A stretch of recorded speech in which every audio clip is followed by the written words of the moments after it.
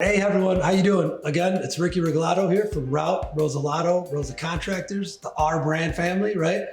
What I wanted to do is actually take a second and introduce Robin and Sandy, people that I met at the BSCI show over in Fort Lauderdale about a month ago. And they flew in here to get to know us a little bit more, talk shop on the industry and learn a little bit more about our business here. And I said, hey, why not share their story with everyone here. The topic or the point I wanted to get across is women growing through the ranks in the cleaning industry, and let them give them some space to really share how they moved up in this industry and how the journey began. So without further ado, Sandy, why don't you introduce yourself, tell the audience a little bit who you are and how did you get into the cleaning industry? So I'm Sandyriggs. I am the Vice President for the US for Green Labs Chemical Solutions. Right out of school, I was in cosmetics and hair care, and I was actually recruited by a recruiter to come over and work with a distributor in the Midwest that had 5 locations that just needed some rebranding and building of a sales team.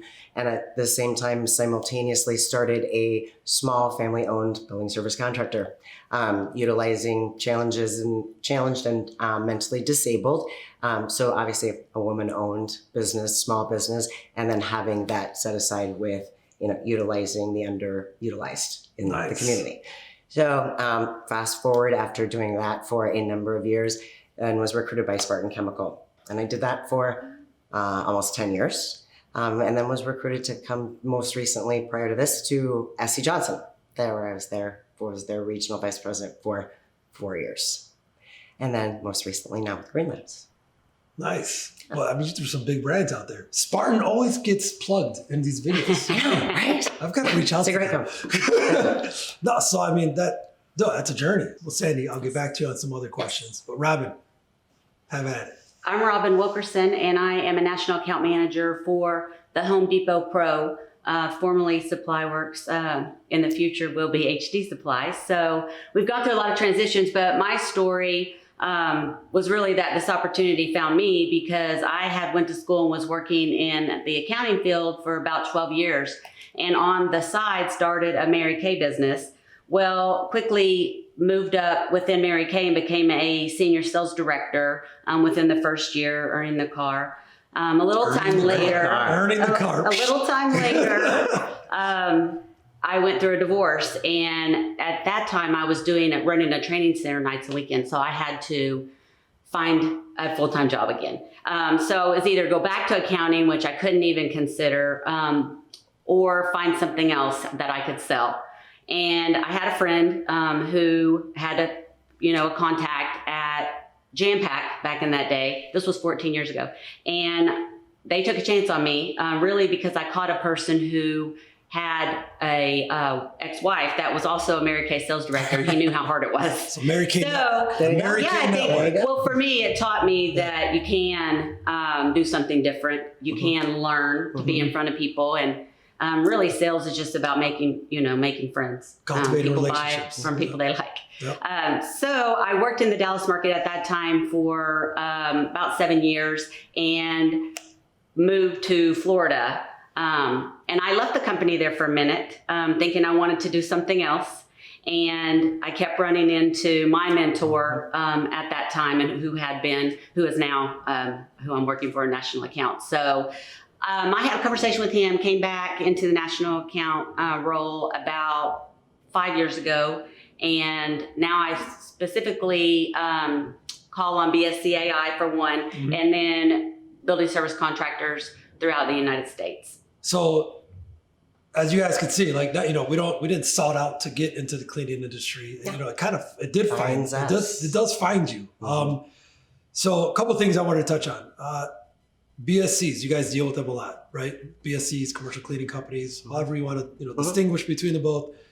A lot of our audience is the BSC and cleaning industry world, as far as the contractor side.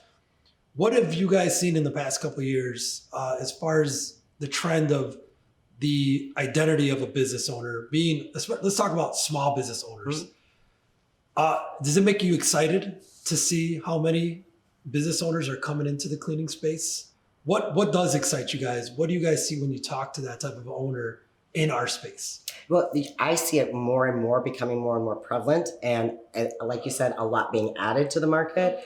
And it's extremely important as you see the bigger commercial cleaners getting bigger, right? So they tend to then not have the reach all the way down into some of the local or smaller rural areas. So they depend a lot on the subcontractor, which is normally the family-owned independent cleaner within that, whatever that geography is. So they have become, I believe, even more relevant and more important in the grand scope and the grand scheme of, this industry as a whole.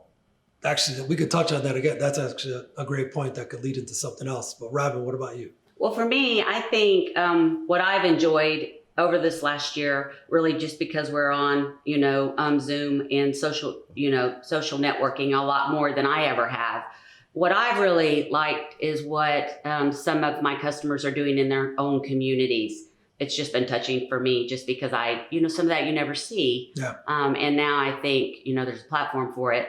And it just, for me, I think that's been a change that I've noticed. Because we're on the spotlight, right? The cleaning industry is on the spotlight. Now, more than ever. You hear essential services and things like that. Right. So to touch on what you said about subcontracting and, being, that's a big thing in the space. That's actually how we grew. Sure. On my family business side is we took some of those Of course.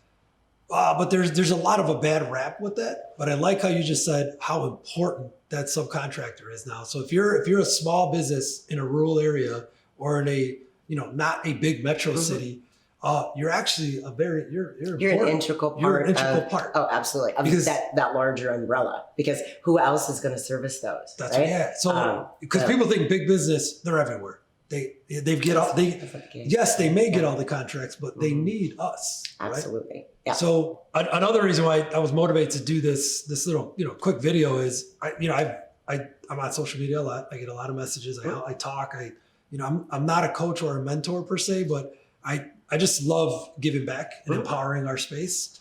And I've been getting a lot of questions, a lot from a lot of women-owned businesses that they're coming into the space. They've left a career. They're changing careers, and I feel like they want to hear from more women, right? They want to hear that you can move up in the ranks. You could be a business owner. You're equipped with a lot of skills already and attributes to make you a good business owner, or not necessarily be a business owner, but move up in the ranks of the industry in a big business. So can you guys just touch on how it's been to be a woman in this space and grow in the ranks, if you can? Sure.